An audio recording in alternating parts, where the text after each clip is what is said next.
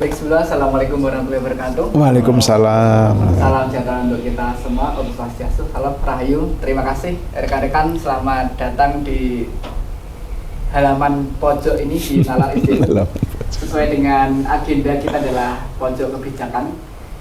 Jadi Nalar Institute adalah lembaga yang concern terhadap salah satu visi utamanya adalah mewujudkan sektor publik yang lebih baik dengan data, bukti, dan keterlibatan dengan berbagai agenda dari pelatihan, pendampingan, coaching, termasuk riset. Nah, selain itu kami juga memberikan ruang terhadap kawan-kawan muda untuk berkembang di ekosistem Nalar. Salah satunya adalah pojok kebijakan.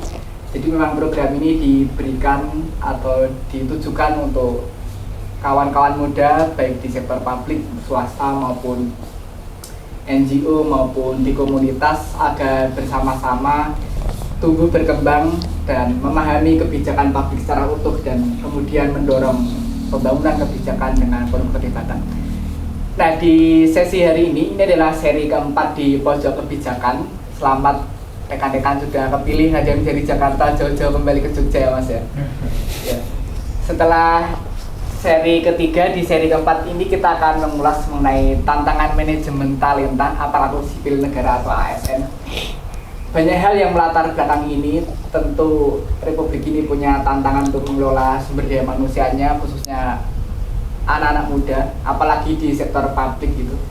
Ke depan memang Indonesia di masa depan tentunya juga harus diisi oleh kawan-kawan muda yang kompeten, juga punya pengetahuan, punya keberpihakan untuk membangun sektor publik.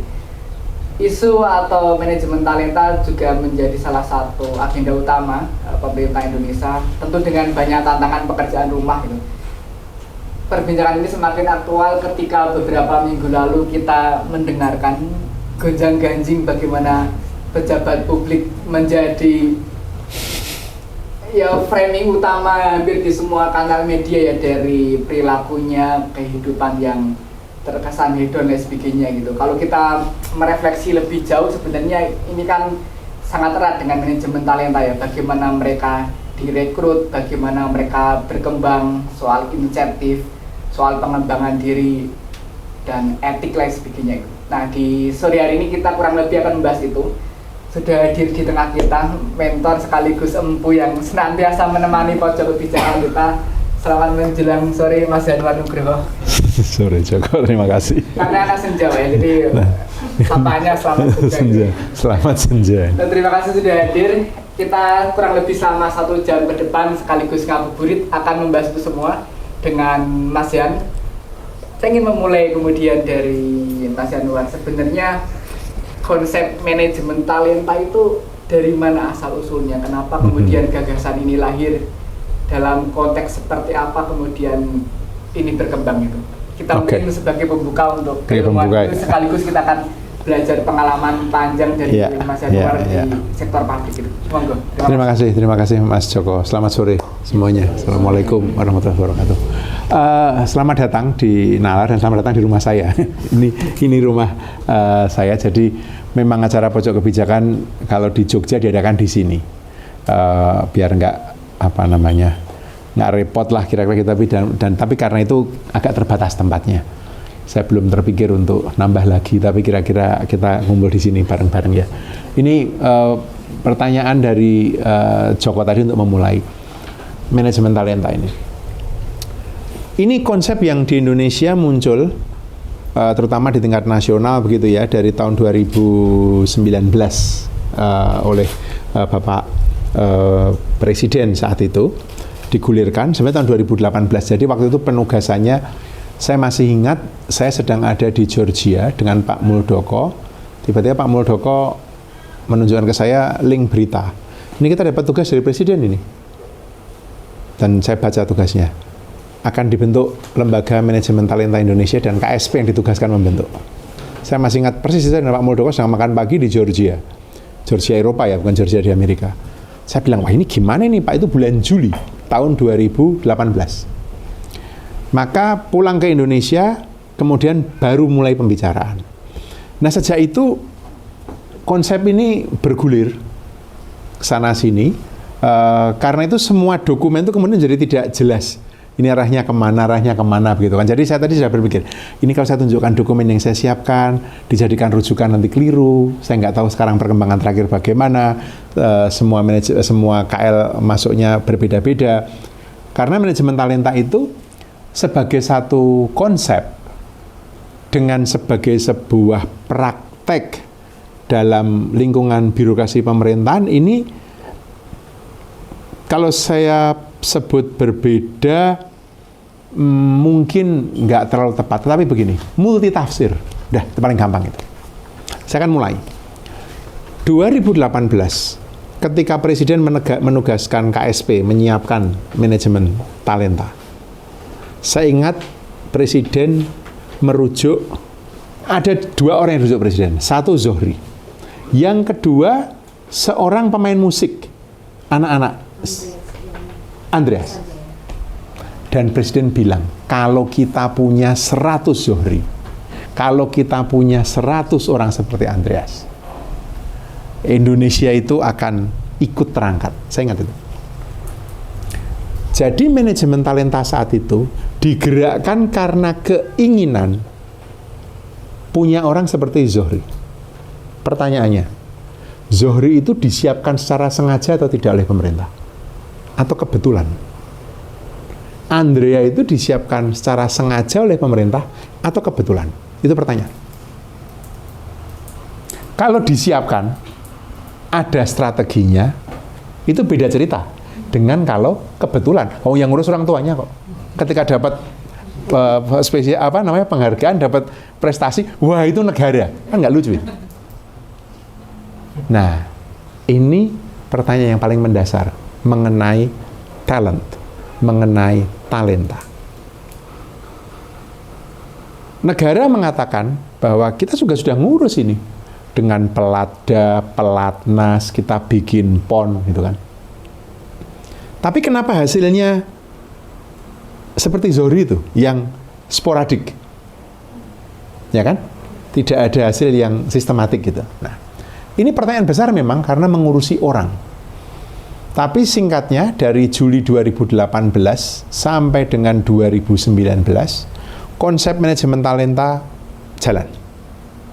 Berkembang di pemerintahan. Sektornya 5. Pendidikan, budaya, pendidikan, seni budaya, olahraga, industri, dan ASN. Arahan Presiden awalnya 5 itu. Waktu berjalan. Periode kedua, mulai Pak Jokowi dibahas lagi. Dipahami bahwa talenta industri itu sulit. Drop. Maksudnya di drop itu udah diurusi oleh Kementerian mungkin perindustrian, ekonomi, tapi talenta industri itu orang nggak kebayang seperti apa talenta industri. Menciptakan orang seperti Elon Musk, dia bukan talenta industri. Atau menciptakan orang seperti siapa Zuckerberg, dia juga bukan talenta industri itu kan. Gitu. Tapi gagasan mengenai manajemen talenta industri di drop dengan pemahaman bahwa industri akan menyiapkan sendiri kebutuhannya. Yang pertama. Maka ada 4. Pendidikan dan ristek itu ya, budaya, olahraga, dan ASN. Kalau tidak salah tahun 2021 setelah COVID ya, atau COVID melanda, ASN dikeluarkan sendiri. Tidak lagi masuk dalam kerangka manajemen talenta nasional. Tapi ini menjadi bagian dari atau difokuskan pada penugasan rumpun PAN RB tadi, yang isinya adalah Kemenpan RB, LAN, dan BKN. LAN itu Lembaga Administrasi Negara, dan BKN, Badan Kepegawaian Negara. Plus KASN, itu kan? Ini mengurusi manajemen talenta ASN. Sisanya 3. Apa tadi? Riset, inovasi, pendidikan, olahraga, dan seni budaya. Siapa yang ditugaskan? Kemendikbud. Dari sini, kalau kita refleksikan, dari gambaran besar manajemen talenta, 5 sektor. Drop industri, ASN sendiri, munculnya 3 sekarang. Kalau ditanya, ini akan kemana jalannya? Saya nggak bisa menjawab. Anda mesti bertanya kepada Bappenas, Anda mesti bertanya kepada Kemendikbud untuk bertanya di sana. Tapi yang sekarang jadi concern seperti kata Joko tadi adalah manajemen talenta untuk ASN. Data terakhir gimana Joko? 4,3 juta ASN, di mana 3,6 atau 3,9. Saya lupa data yang kamu berikan ke saya kemarin. Itu PNS dan sisanya sekitar 400.000, berarti 3,9. Yang 400.000 adalah P3K. Itu yang kita punya sekarang. Jadi ASN kita, aparatur sipil negara, menurut Undang-Undang ASN itu terbagi dua, PNS dan P3K. PNS-nya 4,9 juta, P3K-nya 400.000. P3K, pegawai pemerintah dan perjanjian kerja. Di mana, menurut BKN, 40%-nya kualitasnya rendah. Itu yang bilang BKN, bukan saya itu. Kualitasnya rendah, low quality. Bahkan dia mengatakan deadwood. Udah nggak bisa ngapa-ngapain lagi. Kasarnya, nunggu mereka pensiun. Nah, maka pertanyaan besarnya adalah, gimana kita mau memperbaiki ASN kita?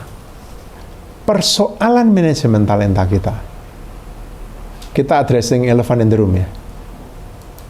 Orang-orang terbaik di negeri ini tidak bekerja untuk negara.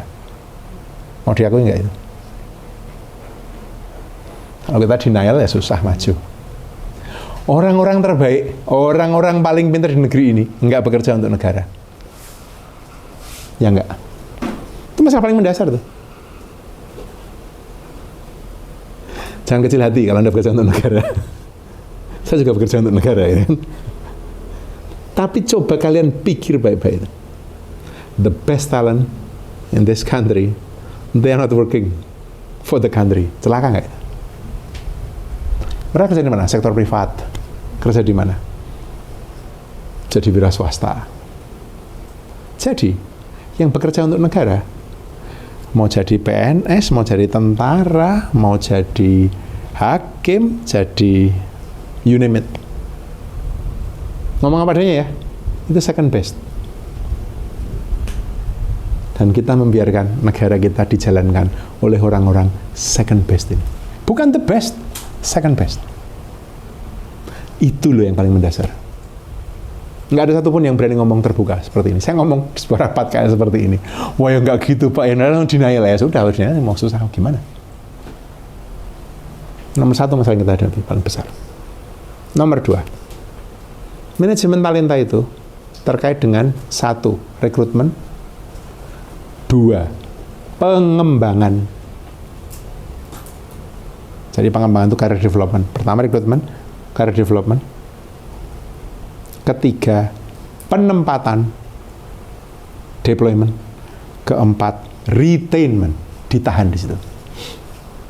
Biar orang nggak keluar masuk. Itu esensi manajemen talenta. Anda mau belajar manajemen sumber daya manusia, manapun isinya 4 itu. Gimana merekrut, gimana mengembangkan orang, gimana menempatkan atau menugaskan orang, gimana mempertahankan orang. Udah itu intinya. Itu berlaku untuk semua. Semua. Untuk 5 sektor tadi itu. Oke. Nah. Rekrutmen. Udah lumayan ya sekarang ya.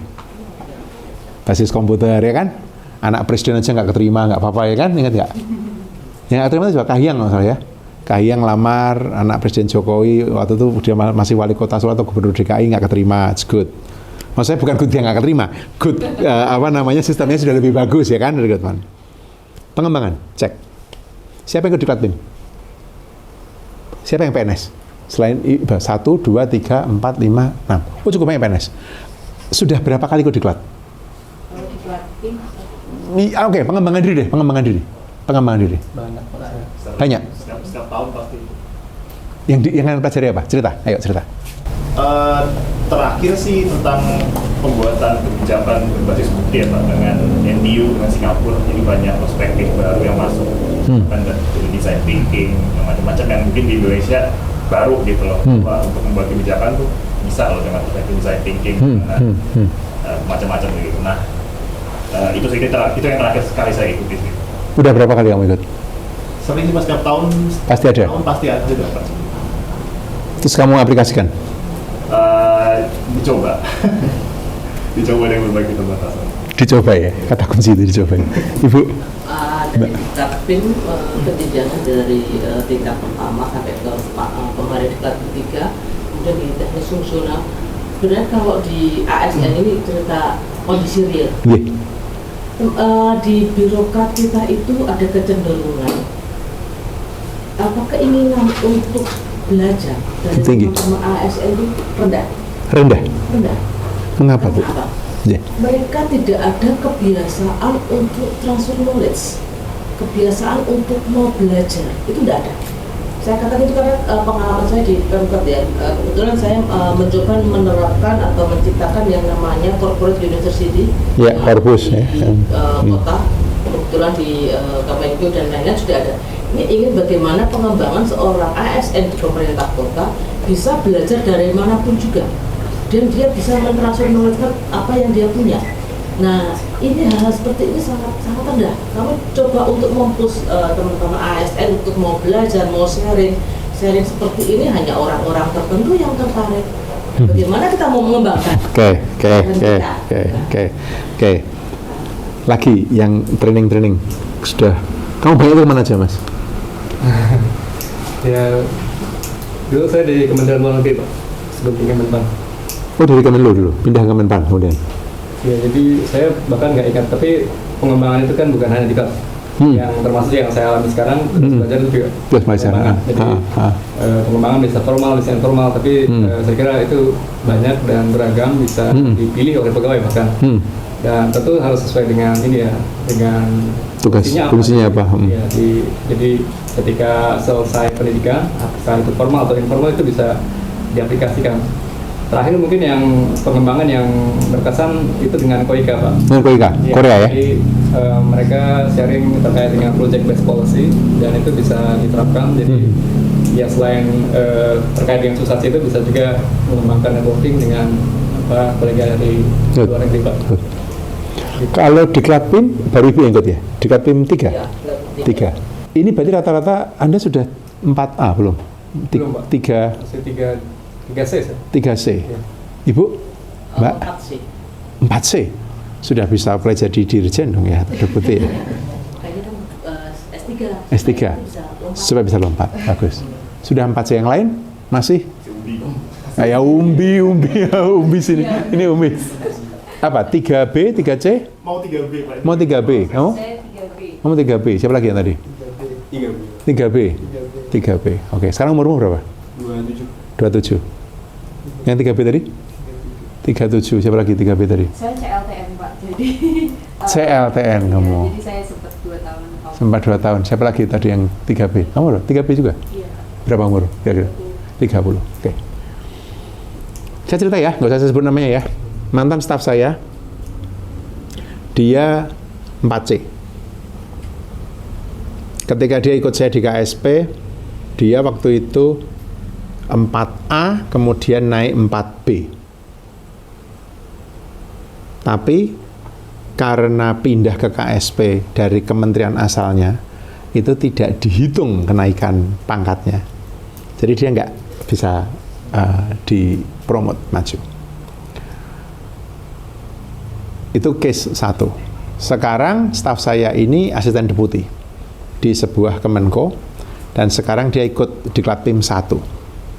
Jadi ketika saya jadi deputi di kantor staf presiden tahun 2014-2015, saya 43 tahun, dia umurnya 38 tahun.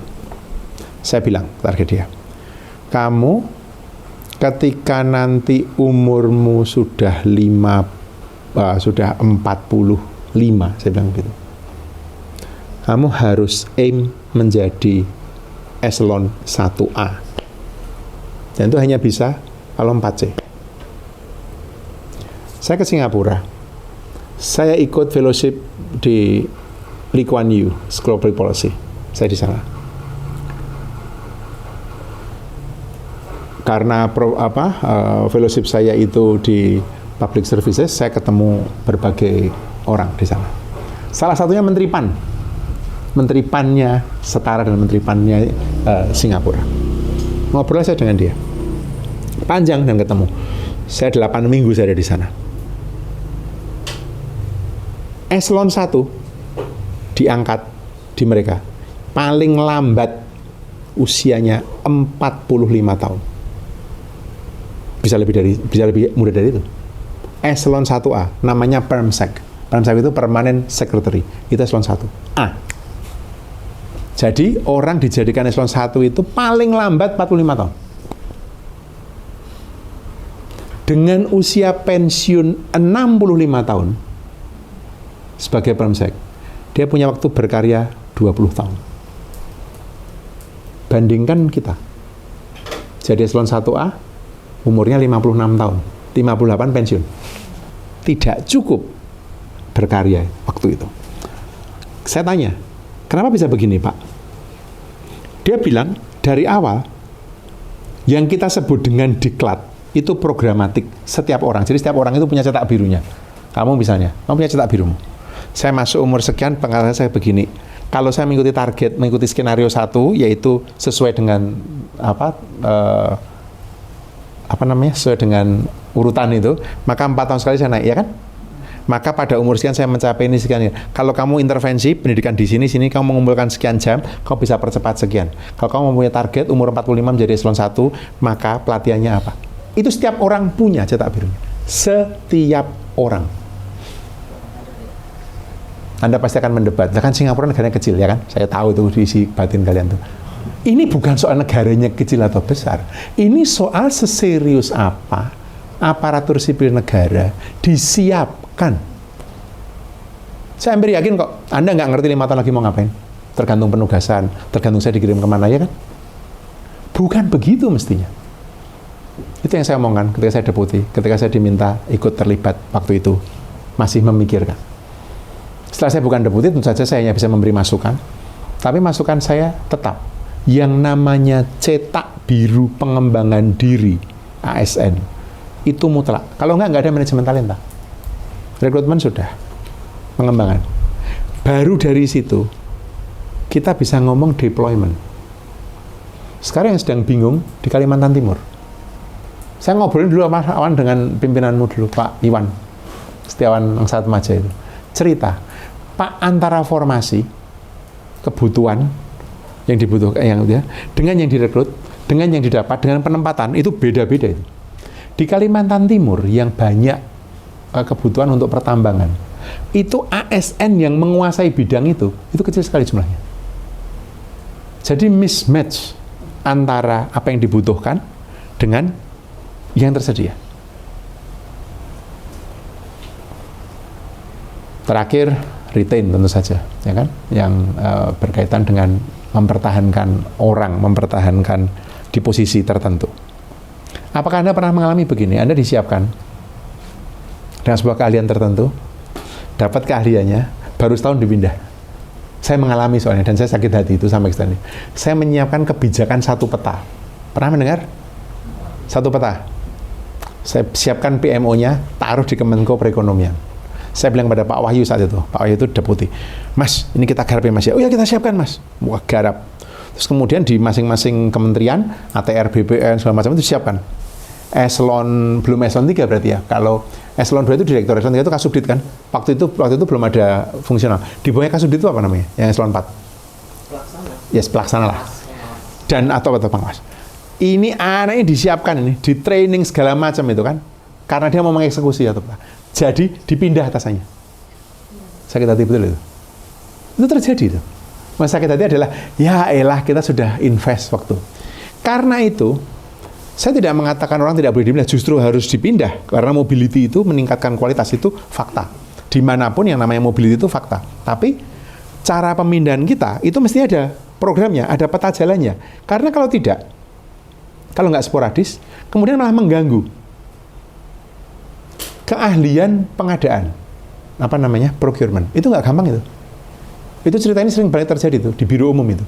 Ketika orang dilatih menjadi fungsional untuk pengadaan, sudah ahli di situ, mengerti gimana model dari LPSE, dari LKPP, menyiapkan, mengerti katalog segala macam yang teknis detail, dia sudah menguasai, baru 3 bulan kerja dipindah. Itu berkali-kali terjadi. So, itu tantangan nomor 1 tadi. Dan sebentar. Kedua, apa yang disebut dengan decent and single salary system. Itu kita belum sampai sekarang. Decent itu gaji layak, single salary system itu gaji tunggal. Sekarang kita masih across kementerian. Data terakhir, nah ini saya ikut rapatnya kemarin, diundang. Ada 4 tier. Tier 1, Kementerian Keuangan, BPK, MA. MA, bukan MK, MA. Tier 2, Sekretaris Kabinet, Kementerian Sekretaris Negara. Sekretariat Negara. Tier 3, Kemenko Perekonomian dan kebanyakan kementerian. Tier 3. Tier 4, 3 Menko sisanya, dan sisa kementerian. Tapi grafiknya itu skewed-nya itu ke tier 3. Kalau Anda mau tahu perbandingannya, gaji seorang deputi atau dirjen di tier 3 itu setara dengan gaji eselon 4 di tier 1. Apa ya? Gaji seorang deputi di tier 3 atau dirjen di tier 3 itu setara dengan gaji eselon 4 di tier 1. Kalau kita seperti itu, bukan hanya kita sulit mencari orang-orang terbaik. Orang-orang terbaik pun kalau masuk, nggak akan mau ke sembarang kementerian, maunya cuma Kementerian Keuangan. Kalau nggak gitu, dia dikatakan sebagai Kementerian Sultan itu kan, ya sudah, apa boleh buat. Tapi, kita juga akan kesulitan melakukan pengembangan. Tadi saya bilang, mobility itu satu di antara hal yang mendorong peningkatan kualitas. Tapi mobility nggak terjadi. Karena orang merasa, saya nggak mau dong, kalau Anda dari tier 3, dipindah ke tier 4, Anda nggak mau pasti. Atau Anda dari tier 3, kalau dipindah ke tier 2 pasti mau, ya kan? Karena naik gajinya, ya kan? Tapi kalau dipindah ke tier 4, nggak mau. Jadi mobility itu nggak terjadi. So, saya mau jeda dulu di sini dengan dua gagasan kunci manajemen talenta ASN. 1, memastikan proses tadi rekrutmen, development, deployment, dan retainment itu terjadi. 2, memastikan decent dan single salary. Karena kalau ada, itu adalah hal yang ada di depan mata yang menghambat reformasi birokrasi kita belum terjadi secara maksimal. Lebih spesifik lagi, manajemen talenta ASN ya. Karena isu yang kemarin atau rencana saya tidak tahu bahwa LAN dengan BKN akan digabung dengan Kemenpan RB itu kan. Anda sudah mendengar cerita itu kan. LAN BKN akan digabung segala macam. Saya kira bukan itu isu pokoknya. Isu pokoknya bukan kelembagaan itu. Melainkan bagaimana menata karir ASN kita yang 4,3 juta orang itu. Saya stop di sini dulu. Komentar, pertanyaan, cerita lain. Di sini nggak ada, ini bukan seminar soalnya. Jadi silahkan ngobrol, cerita pengalaman. Saya malah mau mendengar dari Anda. Pengalaman Anda gimana selama ini, yang Anda pahami seperti apa. Saya bisa salah, saya bisa kurang update misalnya. Anda bisa mengatakan, Pak Yonor kan sudah 3 tahun tidak di pemerintah, di dalam pemerintah. Kan saya di pemerintah kan satu kaki saya di luar pemerintah kan. Wah, ada perkembangan ini Pak yang terbaru. Please update, silakan. Sebelumnya saya Bakti Kusik dari MKPUGM dan UND di SDG Center. Saat ini saya sedang melakukan penelitian tentang manajemen talenta kebetulan. Kalau tadi Bapak menyebutkan ada 4 ya.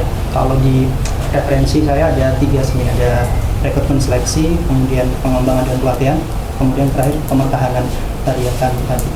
Nah, tadi disebutkan Bapak bahwasanya di ASN sekarang itu dia yang second ini ya, SDM yang enggak terbaik itu di bidangnya. Nah, tapi yang saya lihat adalah saya bandingkan di teman-teman SMA saya katakan. Nah, teman-teman saya yang pintar itu kalau nggak di kedokteran, di teknik, kemudian ketiga adalah di ASN itu, ya STAN, kemudian sekolah-sekolah kedinasan yang lain kayak gitu. Beberapa tahun nggak ketemu gitu, tapi saya yakin mereka semakin berkembang gitu di sekolah kedinasan tersebut. Ketika sudah bertemu, saya udah jadi mahasiswa, kemudian kerja di swasta, mereka udah di penempatan di mana-mana gitu. Hal yang terjadi adalah mereka itu sulit berkembang tadi, Bapak. Bahwasanya ya udah ditempatkan, kemudian mereka punya inovasi apapun itu, mereka menyampaikan memang tapi dampak dari apa yang mereka jabarkan, apa mereka inovasikan itu tidak bisa yang langsung menggebrak sistem yang ada gitu. Nah, saya ambil analogi bahwasanya di ASN itu orang-orang yang cerdas itu, kemudian sistemnya itu adalah semacam Venom, tahu ya teman-teman Venom itu, bukan Pink Venom, Pink ya, tapi yang Venom maksudnya Spider-Man itu loh. Maksudnya simbiot itu adalah sistemnya itu, inangnya yang manusia itu adalah orang-orangnya itu. Mereka berdua sebenarnya saling bisa mengaruhi gitu, simbiot bisa mengaruhi si inangnya agar menjadi jahat dan sebagainya, ya inangnya bisa memperbaiki simbiotnya biar dia bisa menjadi baik gitu. Nah, yang terjadi yang saya lihat adalah simbiotnya ini atau sistemnya ini terlalu besar gitu dan sudah berjalan mengakar kuat gitu, sehingga inangnya ini yang orang-orang sebenarnya terbaik saya yakin itu dia tadi mengikuti sistem yang ada gitu. Akhirnya ya pengembangan lambat dan sebagainya gitu. Bahwa saya di KSN kan juga ada laporan ya Mas, bahwasanya pengembang itu masuk di penilaian yang rendah gitu, di bawah 50% kalau nggak salah di sistem meritnya itu. Jadi seperti itu. Pertanyaan adalah ini gimana ya Pak, ketika memang orang-orang yang sebenarnya terbaik itu, orang-orang baik itu masuk ke ASN, tapi ketika sistemnya ya sudah seperti itu adanya, gimana cara memperbaikinya? Kalau Bapak tadi memastikan empat-empatnya itu dimulai dari mana ya gitu, dan realnya itu akan seperti apa? Terima kasih. Selamat sore Mas Yan dan teman-teman. Sore Mas. Ini seperti forum penguatan atau bahkan klarifikasi Mas, karena saya barusan latsar jadi paling umbi saya. Saya baru latsar tahun lalu, tapi karena dosen S2 langsung 3B, jadi 3B. Iya, itu aja dari background-nya. Nah, bagi saya ini merupakan sebuah vicious cycle, lingkaran setan, karena tadi saya mendengar kata Kemdikbud itu di mana Mas, ternyata kemungkinan masuknya tier 4 ya Mas ya. Saya lupa tier berapa sih? Saya ceknya ya. Oke, sambil kamu ngomong ya, saya cek ya.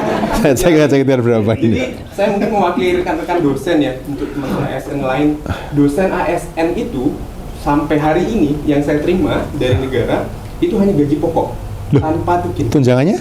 Nah, gini Mas, di Kemdikbud ternyata ada sebuah, saya tidak tahu ini apa ya permasalahannya, cuman saya melihat ada sebuah kesalahan paradigma yang menganggap insentif kompetensi nanti baru dapat, itu pun 4 tahun lah. Jadi ada ketentuan-ketentuan teknis, sudah 4 tahun mengajar baru boleh mengajukan yang namanya sertifikasi dosen, gajinya baru meningkat 2 kali lipat. Itu saja, kami tidak dapat tungkin.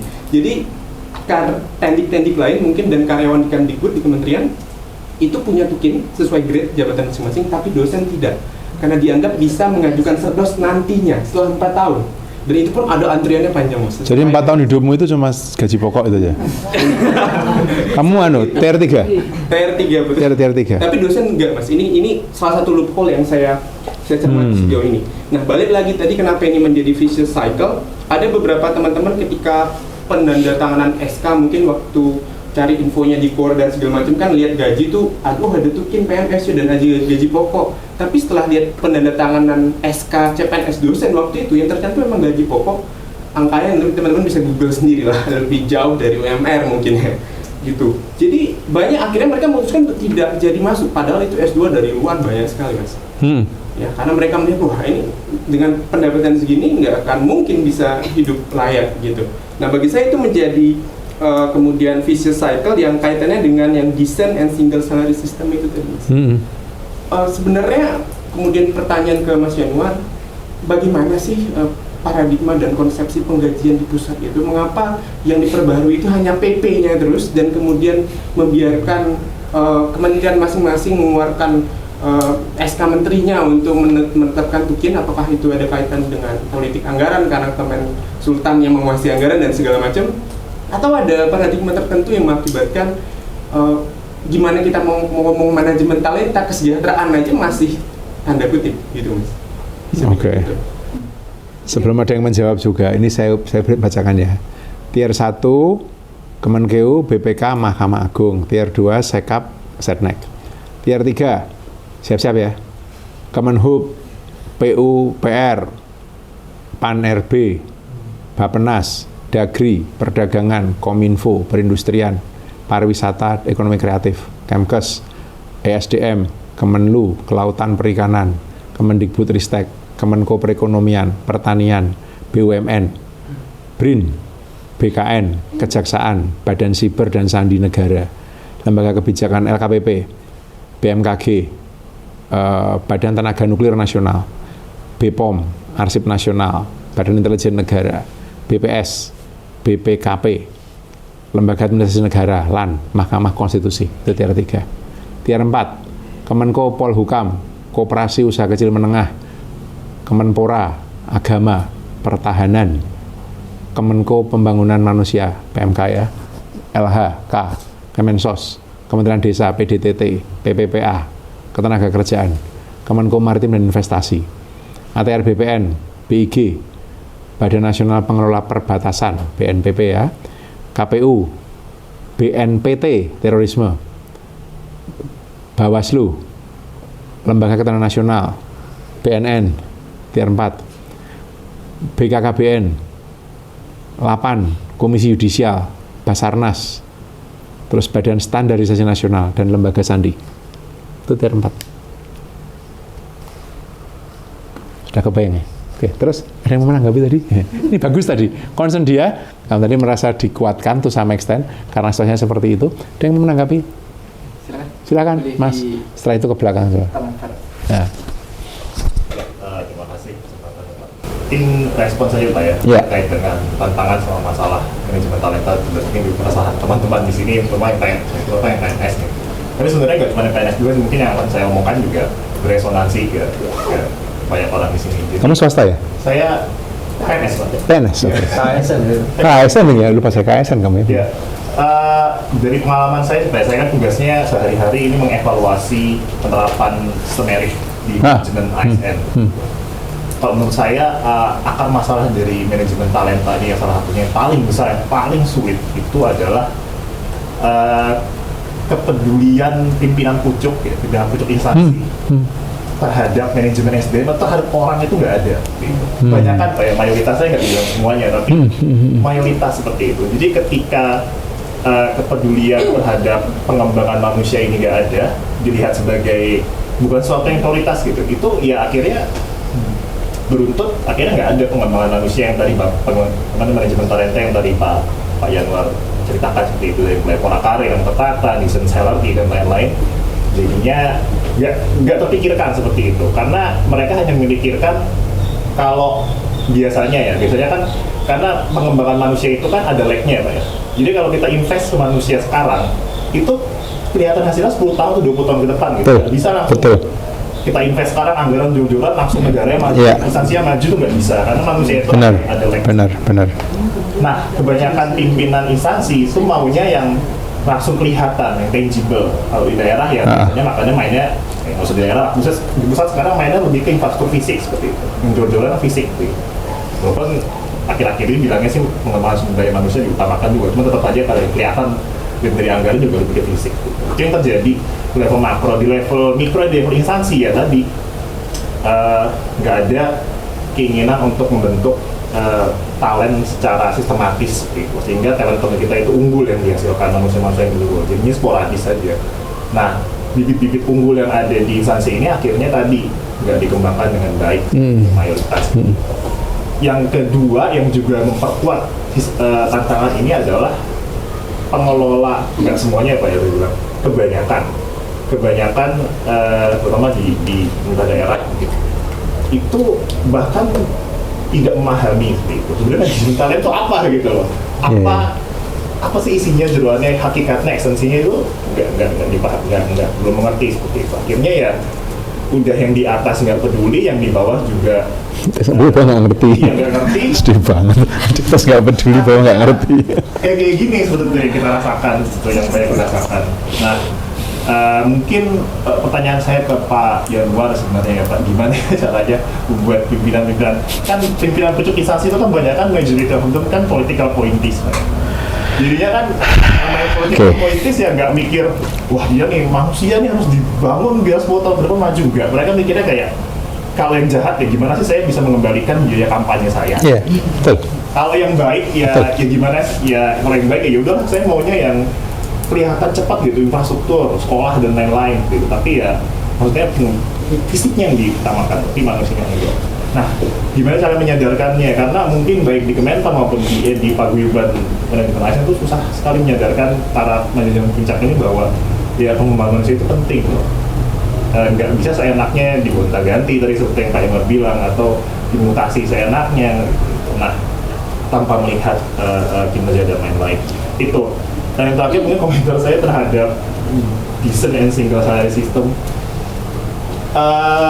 Nggak tahu Pak, ini pandangan pribadi ya, tapi kok saya melihatnya resistensi terbesar dari decent and single salary system ini dari yang punya uang, yaitu bendahara negara, itu Kementerian Keuangan seperti itu. Jadi kalau yang punya uang saja sudah resisten, itu susah gimana ya, susah mereformasi sistem salary ASN kita seperti itu. Nah ini untungnya akhir-akhir ini ada momentum yang tepat karena di Kementerian Keuangan lagi jadi ini ya sorotan seperti itu. Makanya akhir-akhir ini Deputi SDMA di Menpan Pak Alex sendiri, beliau ide-idenya brilian menurut saya. Nah, memang beliau sendiri pun cerita susah sekali mendorong single salary system, decent dan single salary system ini karena ya tadi karena ada satu instansi yang jadi ingin sejahtera tapi ada resisten seperti itu. Tapi dengan adanya momentum yang akhir-akhir ini sih katanya sih mulai ada pembicaraan lagi, mulai melunak. Mudah-mudahan ini ya sustainable ya melunaknya. Jadi jangan gara-gara ada kasus terus ya jadi kita melunak, nanti gara-gara ada kasus ini lagi. Tapi itu sih itu yang saya sampaikan. Nanti silakan. Ini saya tanggapi dulu sebentar ya. Nah, setelah itu nanti round berikutnya. Saya menanggapi, tidak menjawab, saya menanggapi. Karena mungkin saya nggak bisa jawab juga pertanyaannya. Saya mau mulai dari yang terakhir, Malan, karena itu menjelaskan dua ini berikutnya. Pejabat publik kita itu ada dua bagian, saya kira. Atau ada dua kategori. Kategori pertama memang adalah karir birokrat. Karir birokrat itu batas tertingginya menjadi eselon 1A, karir birokrat. Yang kedua adalah political appointee, yang bisa paling tinggi malah. Yang political appointee itu menteri. Kalau presiden wapres itu elected official, itu beda. Elected itu dipilih. Kalau political appointee ditunjuk. Jadi menteri itu bukan elected, menteri itu political appointee, ya, political appointment posisinya. Beberapa eselon 1 itu juga political appointment. Misalnya eselon 1B, staf khusus menteri, itu political appointment. Itu bukan orang birokrat itu. Menteri milih. Saya jadi menteri gitu, saya maunya Joko gitu, orang nggak bisa mendebat. Joko baru kayak gitu di eselon 1B, terserah wong milih, saya milih saya kok. Ya, itu ya. Maka ketika presiden memilih staf khusus milenial, ingat? Ya itu suka-suka dia. Staf khusus 1B. Ada juga yang karena political appointment di posisi strategis. Misalnya, seluruh deputi KSP itu ditunjuk. Itu nggak ada open bidding. Beda dengan Seswapres. Deputi Seswapres, orang bidding. Beberapa ditunjuk, beberapa bidding. Tapi kalau kantor staf presiden, kantor saya dulu, nggak ada open bidding. Kepala stafnya nunjuk siapa, karena yang nunjuk bisa kepala staf, bisa presiden langsung. Presiden bilang, saya mau orang ini di KSP, masuk udah. Nah, ini menimbulkan tensi ini. Anda kebayang nggak? Anda PNS sudah kerja bagus-bagus, wah saya mau jadi eselon 1, eselon 1-nya open bidding, yang dapat swasta. Sakit hati pasti itu. Harus diakui. Apakah ini baik atau buruk, itu perdebatannya. Presiden merasa bahwa ini hal baik, agar competitiveness itu terjadi, agar ASN meningkatkan kualitasnya. Kalau tidak ada open bidding, kamu nggak dapat Pak Alex Denny. Alex Denny itu bukan dari PNS, ini dari BUMN kan, masuk ke situ. Dari Kemendikbud kita nggak dapat Hilmar Farid. Hilmar Farid itu dulu malah aktivis. Dan aktivis zaman Soeharto dikejar-kejar lagi Hilmar Farid itu. Kan dianggap aktivis kiri. Oh, dia itu pendiri PRD. Hilmar Farid sekarang Dirjen Kebudayaan. Dari sektor swasta, di Kemenkominfo kita punya Semi Pangerapan. Sekarang IKN hampir semua dari bukan dari open bidding, tapi bukan penunjukan. Jadi itu Mas. Implikasinya apa? Implikasinya horizon mikirnya cuma 5 tahun. Udah konkret itu. Mau elected official, mau political appointee, horizon berpikirnya 5 tahun. Kalau kita berpikir kok urusan yang jangka panjang nggak pernah beneran diurus, karena horizon pemimpin kita kebanyakan 5 tahun. Selama-lamanya berapa? 10 tahun. Saya mengalami transisi ya, dari Pak SBY ke Pak Jokowi ya. Pak Jokowi berkuasa 2014 ya. Setahun pertama konsolidasi. Tahun kedua, tahun ketiga bekerja. Tahun keempat siap-siap untuk pemilu agar kepilih lagi. Tahun kelima habis-habisan mobilisasi agar terpilih. Periode kedua, tahun pertama konsolidasi lagi, menterinya baru. Tahun kedua, tahun ketiga bekerja. Tahun keempat siap-siap kalau lengser, penggantinya nerusin atau enggak. Tahun kelima benar-benar persiapan untuk transisi. Jadi kabinet itu bekerja 4 tahun. 2 tahun pada periode pertama, 2 tahun periode kedua. Lain-lainnya nggak pure bekerja.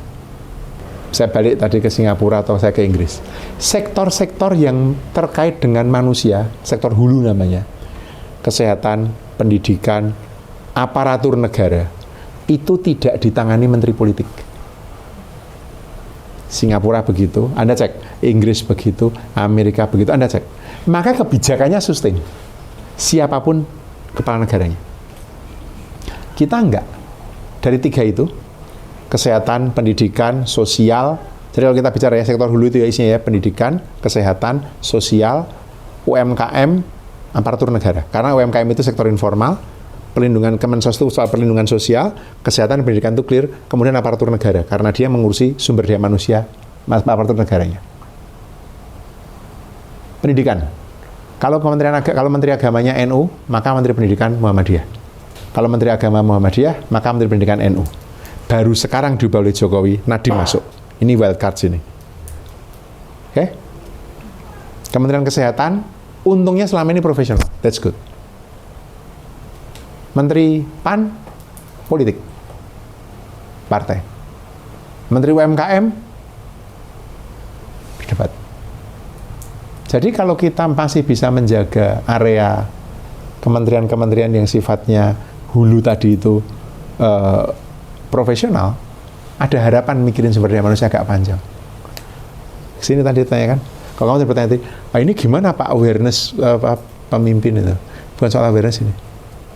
Sekali kamu ada di power, pikiranmu adalah gimana mempertahankan power itu. Kalau sambil mempertahankan power, urusan sumber daya manusia terurus, ya syukurlah. Tapi kalau tidak terurus, memang bukan itu concern-nya. Sorry ya, ini saya agak pahit ini ngomong kayak gini ya. Karena saya masih ingat persis waktu saya di KSP itu kan, gimana saya cara mencari orang-orang baik itu, mempertahankan orang-orang baik itu. Saya harus saingan sama pasar kan. Setengah mati sama pasar. Dapat orang bagus tuh dia bilang, waduh Pak di tempat ini saya digaji segini, waduh gimana cara saya saya ikut prihatin Mas, tapi saya juga nggak tahu gimana ikut menjawab permasalahan yang Anda hadapi gitu ya. Saya nggak tahu bahwa ternyata harus nunggu serdos dulu ya. Setelah serdos baru dapat tunjangan ya. Iya Mas, di kementerian lain justru berbeda kan, ada perguruan tinggi di bawah Kementerian Kemenak, Kementerian Perindustrian itu mereka sudah dapat tukin, jadi otomatis statusnya itu disamakan oleh. Kamu mau pindah ke UIN apa? Gitu. Jadi saya juga sampai saat ini masih bingung kenapa di Kemdikbud ini malah belum ya? Malah belum. Mungkin tadi ada nggak tahu paradigma di mana bahwa sertifikat kompetensi itu sama dengan tunjangan gitu, mungkin ada pandangan seperti itu. Dan kamu baru boleh setelah 4 tahun ya? Iya. Guru yang di daerah, sepanjang dia sudah mendapatkan sertifikasi, itu dia memang tidak mendapatkan tunjangan kinerja. Itu terjadi di tempat kami di Kota Jogja, kemudian di sekitar Kabupaten Kota. Gimana Bu, kalau dapat Dia sudah mendapatkan sertifikasi, karena sertifikasi itu 1 kali gaji. betul. Nah, dia memang tidak berhak mendapatkan tunjangan kinerja. itu memang ada aturannya dari Permendikbud. Jadi seseorang yang sudah mendapatkan sertifikasi dia tidak akan mendapatkan tunjangan kinerja. Tetapi kalau guru itu belum mempunyai sertifikasi, dia mendapatkan tunjangan kinerja sesuai dengan kemampuan keuangan daerah. Jadi tidak diberikan sama dengan ASN yang lainnya di luar guru. Jadi diberikan hanya 250 atau 500 ribu. Itu yang diberikan di daerah seperti itu. Per bulan ya. Aturan dari Permendikbud tahun 2022 kalau nggak turun, nomornya saya lupa. Itu memang seperti itu. Bahwa yang sudah mempunyai sertifikasi profesi itu tidak mendapatkan tunjangan kinerja. Ada kecemburuan. Sama-sama ASN, kenapa yang satu dapat tukin, satunya enggak. Itu juga terjadi di banyak daerah dan juga seperti instansi penghasil dan non instansi penghasil, Pak Yanuar. Ini yang mungkin kita harus sama-sama nanti harus membedah. Instansi penghasil tadi Kemenkeu sebagai instansi sultan. Kalau di daerah adalah dinas pendapatan daerah. Itu sultannya daerah. Karena dia punya insentif. Insentif itu hanya bisa dibagikan dalam satu OPD itu, tidak keluar. Taruhlah dia target pendapatannya melebihi yang sudah ditetapkan, hanya dibagi untuk 100 orang, ya sudah. Setiap tahun targetnya banyak, ya semakin banyak yang dia dapat, masih didapat tunjangan kinerja. Nah ini yang menjadi ketidakadilan di daerah dan juga di pusat seperti itu. Mungkin nanti kita harus mungkin dari menyangkut ya. Bisa membuat merumuskan bagaimana instansi penghasil itu disamakan dengan ASN yang lainnya. Iya, Bu. Dapat insentif ya insentif aja, nggak usah dapat tukin, gitu Pak. Masuk ke situ tadi, singkat saja ini sebelum ronde kedua diskusi. Jadi salah satu gagasan untuk menata kembali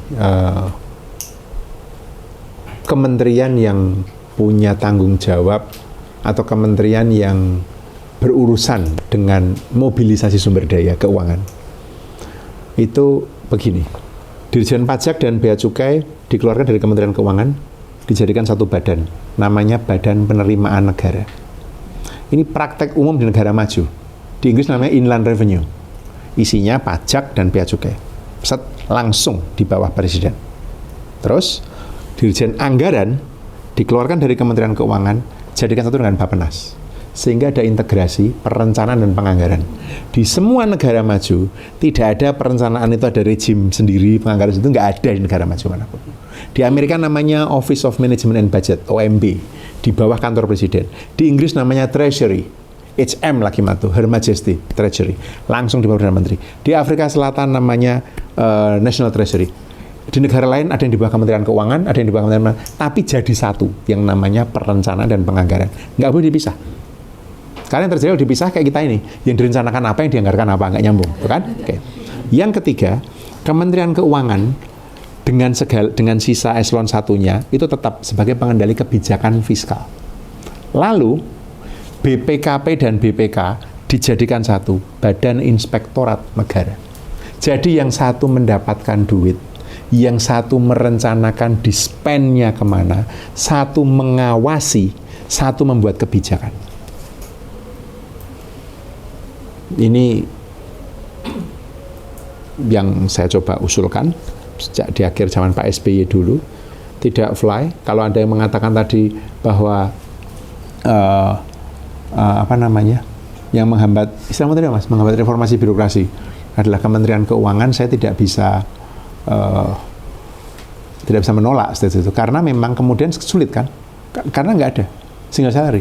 Yang di Dirjen Pajak itu dan Bea Cukai sekarang viral lagi hari ini kan, baca nggak hari ini ada mobil Alphard pribadi masuk ke apron, penumpang dari pesawat luar negeri turun, pejabat langsung membawa belanjaan sebanyak itu, dan yang mengawal mobil Bea Cukai.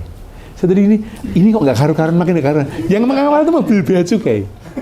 Itu Alphard orang, Alphard pribadi, bukan mobil platform, masuk ke apron. Jadi pesawat itu mendarat kan orang lewat Garbarata, itu nggak, dia turun lewat tangga itu, langsung membawa barang. Governance itu hakikatnya adalah pemisahan kekuasaan. Yang membuat kebijakan tidak boleh melaksanakan, yang melaksanakan tidak boleh mengawasi.